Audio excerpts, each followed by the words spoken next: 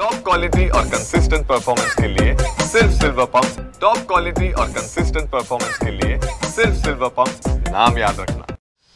कोल्हापुरातील संगीत सूर्य केशवराव भोसले नाट्यगृह पुनर्बांधणीच्या कामाला पुन्हा एकदा वेग आल्याचं पाहायला मिळते। या नाट्यगृहाच्या पुनर्बांधणीच्या दुसऱ्या टप्प्यातील कामाला आता सुरुवात आहे ती झालेली आहे। पहिल्या टप्प्यातील काम जे आहे ते जवळपास संपलेलं आहे। पहिल्या टप्प्यातील कामामध्ये छताचं काम असेल, लाकडी काम असेल, त्याचबरोबर कौलं बसवण्याचं काम असेल, हे काम हाती घेण्यात आलेलं होतं आणि ते आता जवळपास पूर्ण झालेलं आहे। आणि त्यानंतर आता दुसऱ्या टप्प्यातील कामाला सुरुवात आहे ती झाल्याचं पाहायला मिळतंय। आपल्याला माहिती आहे 9 ऑगस्ट गेल्या वर्षी 9 ऑगस्टच्या रात्री हे केशवराव भोसले नाट्यगृह आगीच्या भक्ष्यस्थानी पडलेलं होतं आणि त्यामुळे एकूणच या सगळ्या नाट्यगृहाची मोठी दुरावस्था आहे ती झालेली होती आणि बेचिराग अक्षरशः झालेलं होतं हे नाट्यगृह। आणि त्यानंतर या सगळ्या नाट्यगृहाच्या पुनर्बांधणीचं काम आहे ते हाती घेण्यात आलेलं आहे।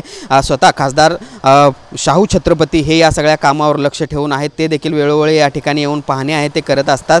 खरं तर पहिल्या टप्प्यातील काम अंतिम टप्प्यात आल्यानंतर दुसऱ्या टप्प्यातील निविदा प्रक्रिया जी आहे ती काही प्रमाणात थांबलेली होती, मात्र ती आता पुन्हा एकदा सुरळीत झालेली आहे आणि दुसऱ्या टप्प्याच्या कामाला सुरुवात झालेली आहे। आणि आपण बघू शकतो पहिल्या टप्प्यातील जे काही काम होतं, कैच्या बसवण्याचं काम असेल, त्याचबरोबर कौलं बसवण्याचं काम असेल, ते आता जवळपास पूर्ण झाल्याचं पाहायला मिळतंय। त्याचबरोबर गॅलरीचे गर्डल जे आहेत ते देखील या ठिकाणी बसवण्यात आल्याचं चित्र आहे ते आपल्याला पाहायला मिळतं आणि त्यामुळे एकूणच पुन्हा एकदा या सगळ्या केशवराव भोसले नाट्यगृहाच्या पुनर्बांधणीच्या कामाला गती येत असल्याचं एक सकारात्मक चित्र आहे ते पाहायला मिळते। खरं तर वर्षभरामध्ये आहे त्या अवस्थेमध्ये हे सगळं नाट्यगृह बांधण्याचा मानस जो आहे तो करण्यात आलेला होता, तो आता होईल की नाही माहीत नाही, मात्र आपण बघू शकतो हे काम लवकरात लवकर व्हावं यासाठी मात्र सगळ्या यंत्रणा काम करत असल्याचं आपल्याला पाहायला मिळतं आणि त्यामुळे कोल्हापूरकरांसाठी एक सकारात्मक बाब म्हणावी लागेल।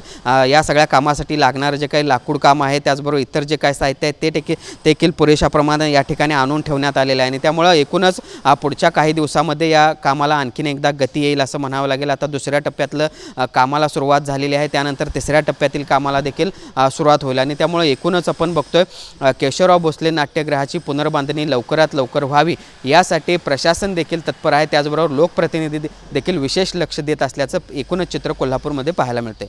Journalist Sunil Katkar, Bhushan Patil, TV9 Marathi, Kolhapur.